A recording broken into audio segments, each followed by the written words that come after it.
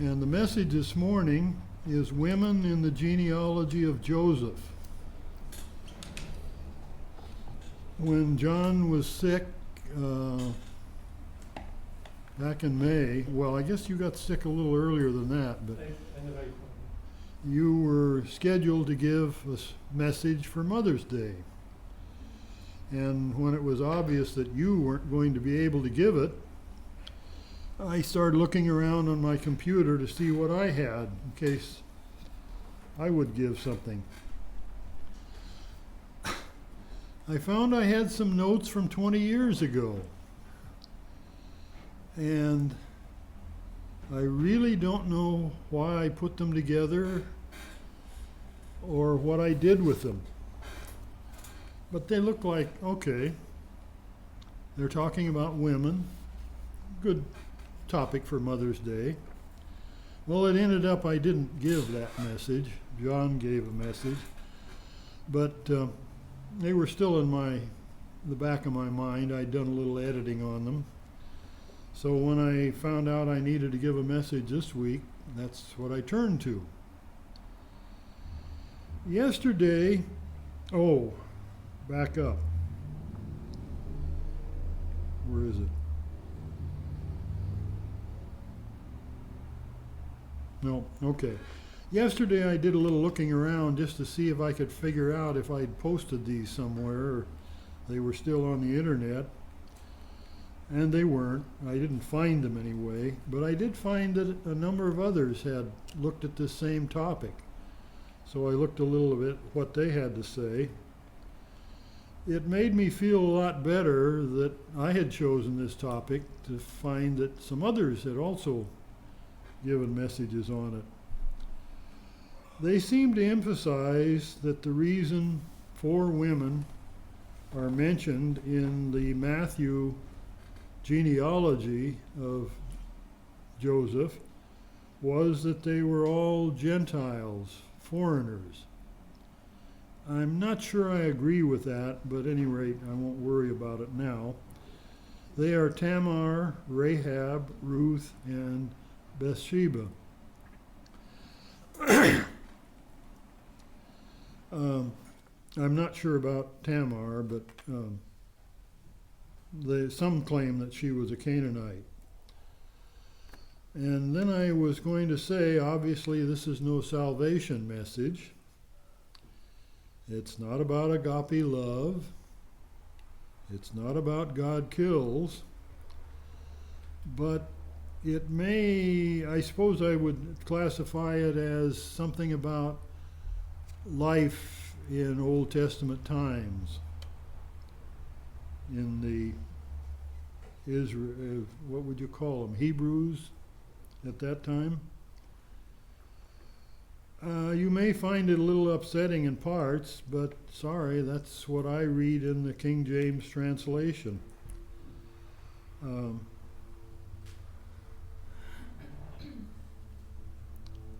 I think we all recognize that the Holy Bible tends to be written from a male viewpoint.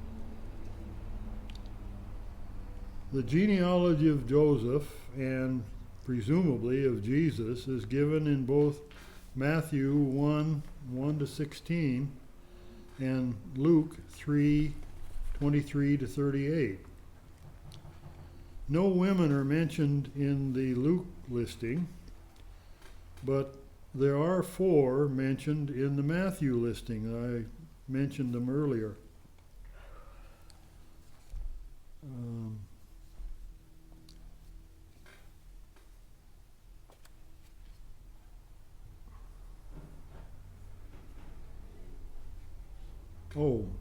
The obvious reason for only listing male when you go into genealogy is if you start trying to list all the females and the female connections, you get a hopelessly big problem. So at that time, apparently it was typical to try to remember your male lineage, and if you were able to do that, I think you were probably pretty lucky.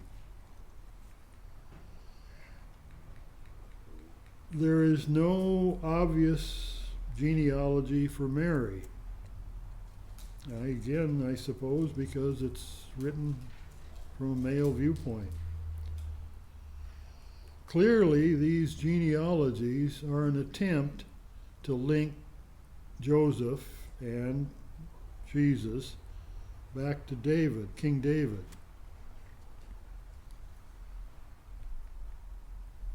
You, I'm sure, are aware that the spellings in the New Testament are not always the same as the spellings in the Old Testament, so that sometimes you have to do some assuming, and just because a name is more or less the same does not necessarily mean it's the same person.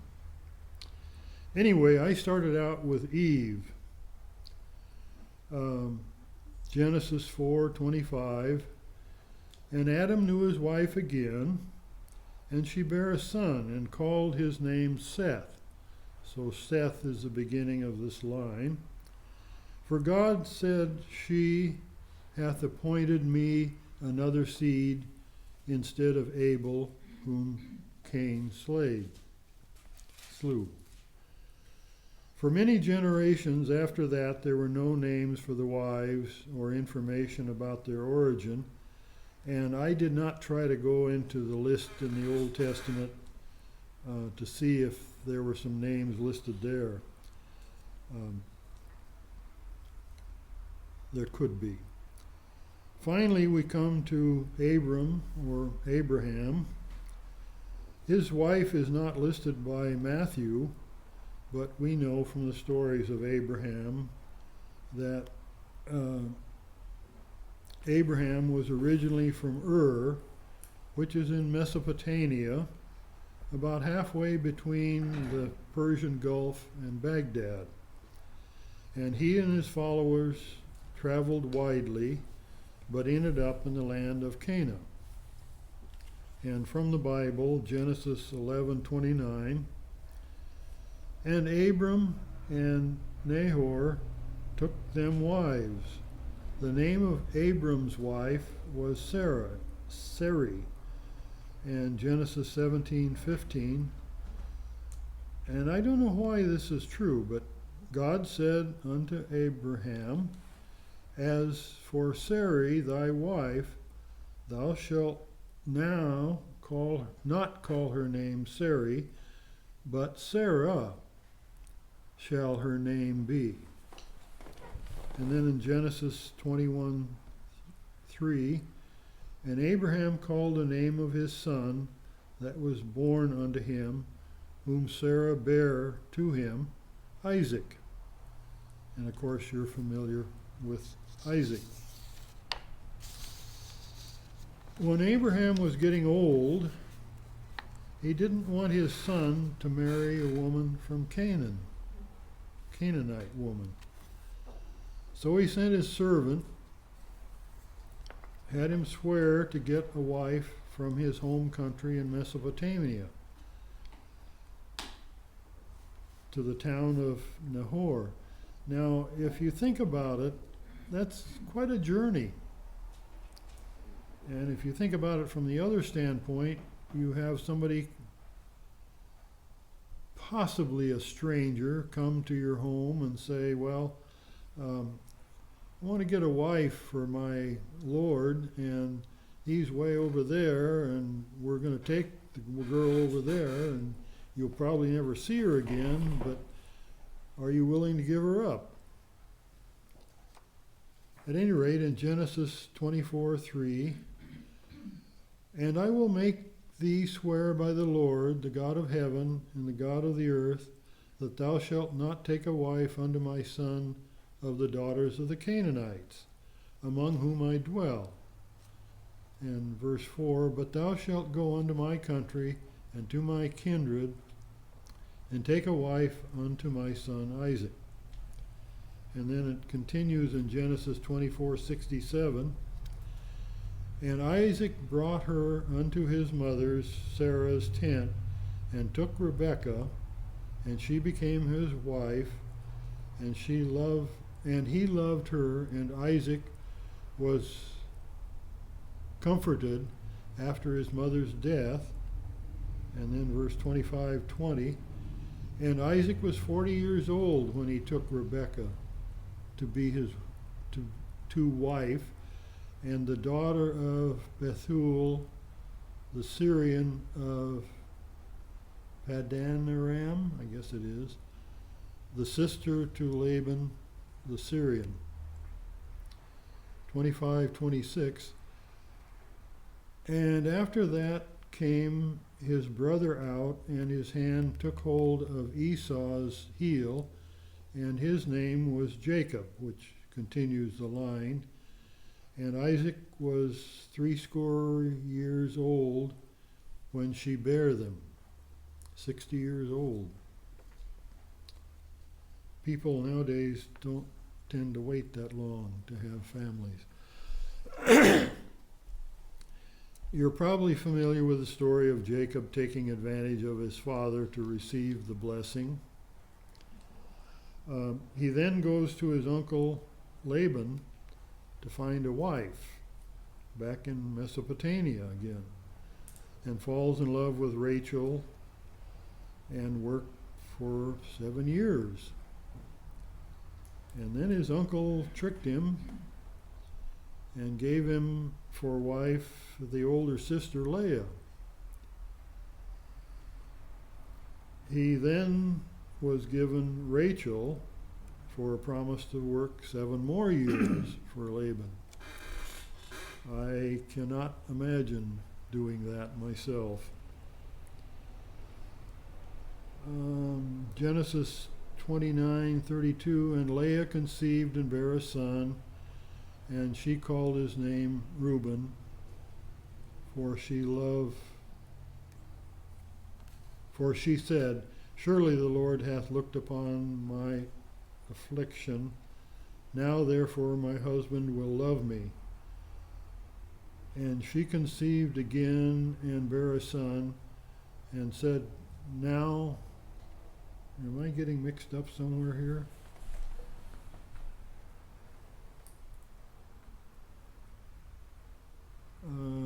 This right? Anyway, now I will praise the Lord. Therefore she called his name Judah, and left bearing. And the reason I mentioned that, we have an interesting story of Judah and Tamar. Judah had a son, Er, and he married Tamar, and I did not see anything about what nationality Tamar might be. And Er died, and the Jewish custom was that when a when a man died without children, his brother is supposed to replace him to bring up children by the woman, so she will have children, and they tend to inherit whatever the brother would have.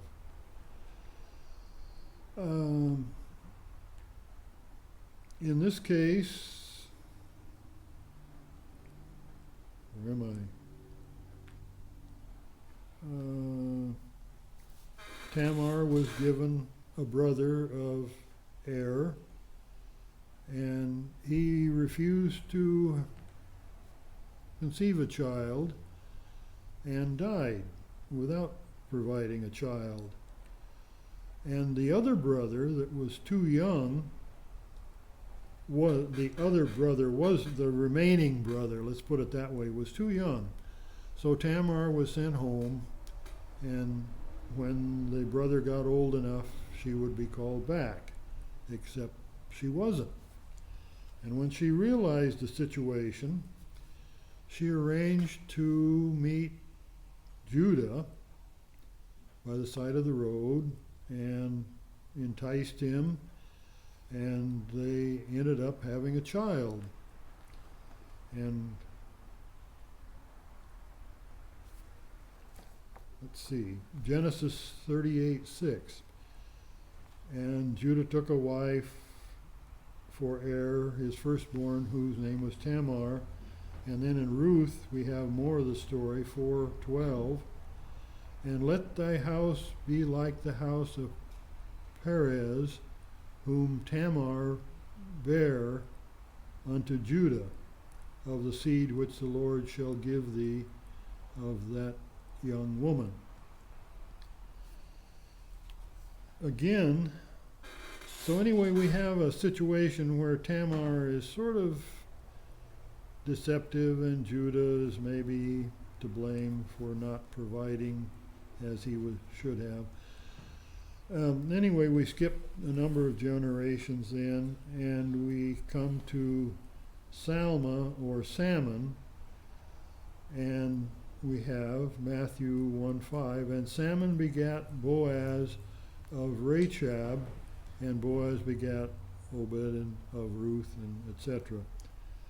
According to one commentary, this Rahab was the one in the story of Jericho, where she was maybe a prostitute,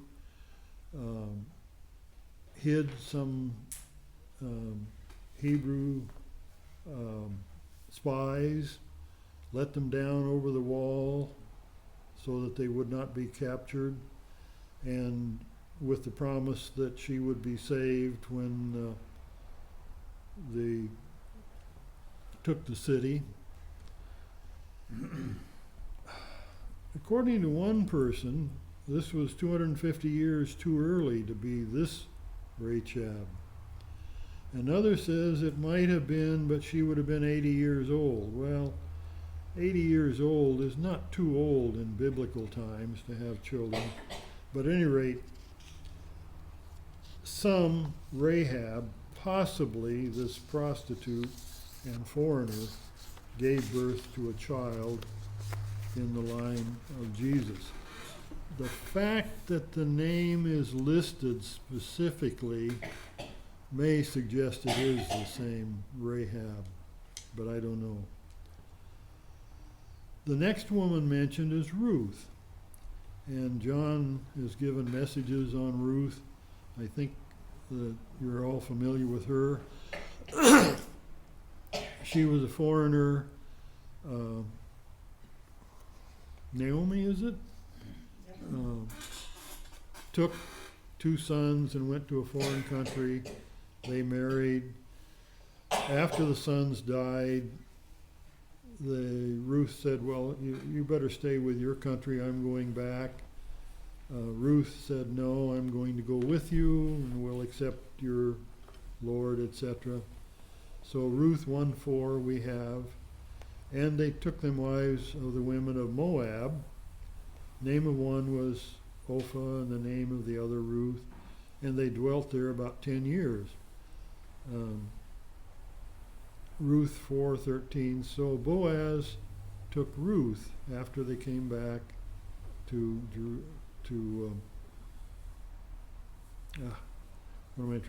after they came back, and she was his wife. And where do we have?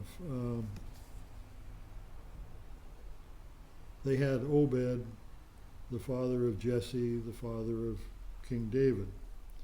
And Ruth is obviously a foreign woman. Again, there are a few generations and no mention of wives. And then we come to David, the chosen of God. He had some character flaws. When he was on the roof of his house, apparently in the evening, because it says he had gotten out of bed, he spied a beautiful woman bathing nearby. It occurs to me that she may have known that she could have been seen from the palace, or whatever you want to call it.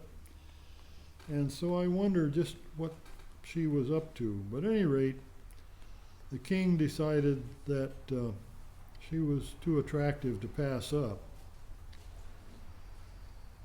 In 2 Samuel 11:3, and David sent and inquired after the woman, and one said, is not this Bathsheba, the daughter of Eliam, the wife of Uriah the Hittite? And David sent messengers, and took her, and she came in unto him, and he lay with her, for she was purified from her uncleanliness, and she returned unto her home. It's not clear to me from this verse just what's going on here. Can King David just call a woman in and say, I'm going to go to bed with you?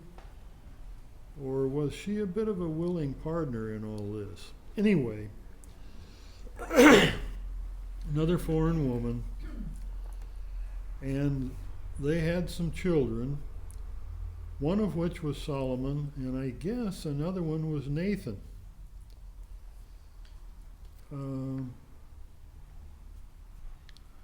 Matthew continues the line with Solomon, but Luke lists Nathan.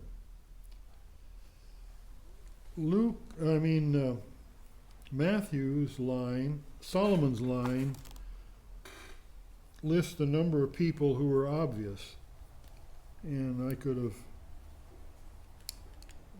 listed their wives, but Nathan's line does not list wives.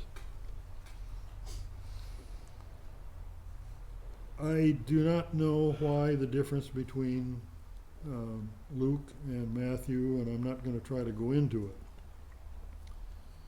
One suggestion is that the Luke genealogy is for Mary.